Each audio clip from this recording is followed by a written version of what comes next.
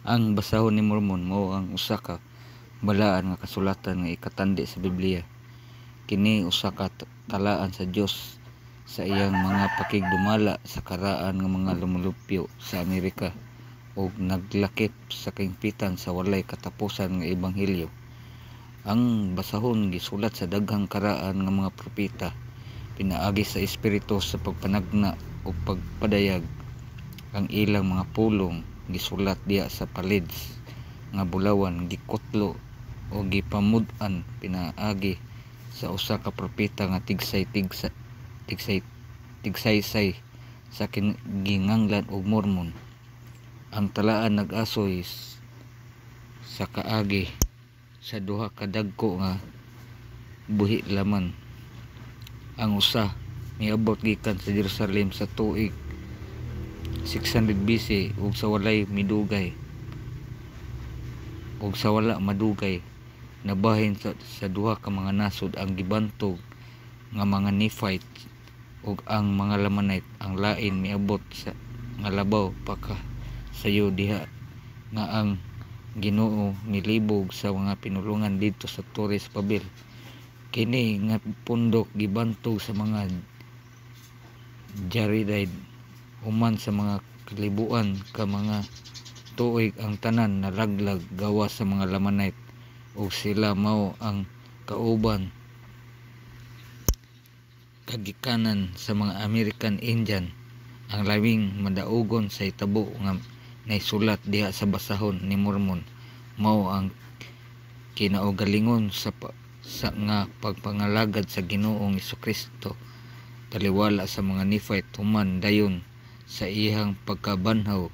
Kini nagpahimutang sa mga doktrina sa ebanghelyo, naglatid sa laraw sa kaluwasan ug nagsulti sa mga tawo unsa ang kinahanglan gayud nga ilang pagabuhaton aron maangkon ang kalinaw niini nga kinabuhi ug kaluwasan sa kangturan sa kinabuhi nga umabot.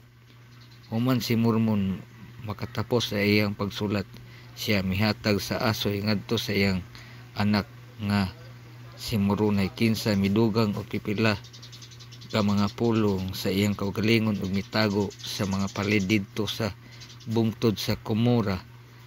Sa Septembre 21, 1823 ang mao nga Moroni nga usa ka mahimayaon ug binanhaw nga tawo mipakita ngadto kang propeta Joseph Smith ug mipahingmangno kaniya mahitungod sa karaan nga talaan ug gitakda nga kahubaran ngadto sa pinulungan nga Ingles. Sa takda nga panahon ang mga palid gitukyan ngadto kang Joseph Smith. Kinsa mihubad kanila pinaagi sa gasa sa gahom sa Dios ang talaan karon namantala sa daghan nga mga pinulungan ingon nga bag-o sa dugang saksi nga si Jesucristo mao ang anak sa buhing Dios ug nga ang tanan kinsa mimuduol ngadto kaniya ug mosunod sa mga balaod ug mga ordinansa sa ebanghelyo mahimo nga maluwas. May tungod niini ang mga talaan kang propeta Joseph Smith miingon, ako misulti sa mga kaigsuonan sa mga basahon ni Mormon. Ang sukaranan sa atong tinuoan ug ang tawo labi nga maduol sa Dios pinaagi sa pagsugod sa iyang lakda kay bisan hain nga basahon.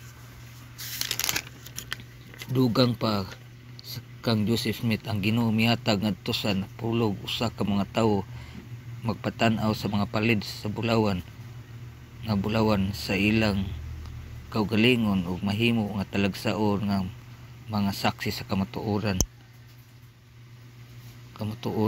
ug usa ka balaanon sa basahon ni Mormon. Ang ilang sinulat sa mga pagmatuod milakip dinhi nga ingon nga ang pagmatuod sa tulo ka mga saksi ug ang pagmamatuod sa walo ka mga saksi